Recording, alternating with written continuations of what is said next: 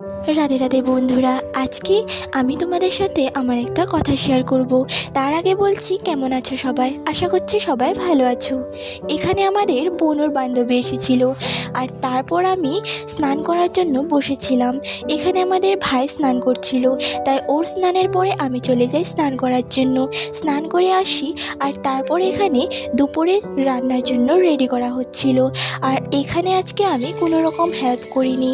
আজকে ছোটো মামি হেল্প করছিল, আর দু মামি দুজনেই আজকে রান্না করছিল। মানে এখানে ছোটো মামি হেল্প করে দিচ্ছিল, আর বড় মামি রান্না করছিল। আজকে মেনুতে ডিমের তরকারি রান্না করা হবে, আর আমি জানা মতে এখানে কাঁঠালের তরকারিও রান্না করা হবে। মানে আরও কিছু হয়তো ছিল, বাট এত কিছু ভিডিওতে তুলে ধরা সম্ভব হয় না। আর এখানে দাদার বার্থডের সময় কিছু বাসন বের করা হয়েছিল, যেগুলো স্লেপে ওঠানো হবে। আর এখানে রান্না হয়ে যায়, আর তারপর আমি বড় মামার জন্য খাবার নিয়ে যাই। যেহেতু বাড়িতে ছেলে মানুষ একটাও ছিল না, তাই আমি গিয়ে মামাকে খাবারটা দিয়ে আসি। রৌদ্র অনেক দিচ্ছিল, গরম লাগছিল, আর তারপর বাড়িতে চলে আসি।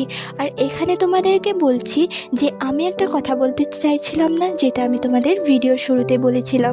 হ্যাঁ গো, আমার না ভিডিওতে একদম লাইক আসে না, আর কেউ আমাকে সাবস্ক্রাইবও করে না, আর আমার ভিডিওটাকে কেউ দেখেও না ভালো করে, মানে ভিউজও আসতে চায় না। তো আমার সাবস্ক্রাইবারও একদম কম, যেহেতু ছোটো ইউটিউবার বলে আমাকে সবাই এড়িয়ে যায়। আর তোমাদের ভালোবাসা পাওয়ার জন্য আমি এত কষ্ট করে যাচ্ছি যেহেতু, আর সেজন্য তোমাদের কাছে অনুরোধ করব, আমার ভিডিওটাকে লাইক, কমেন্ট আর শেয়ার করো। ধন্যবাদ।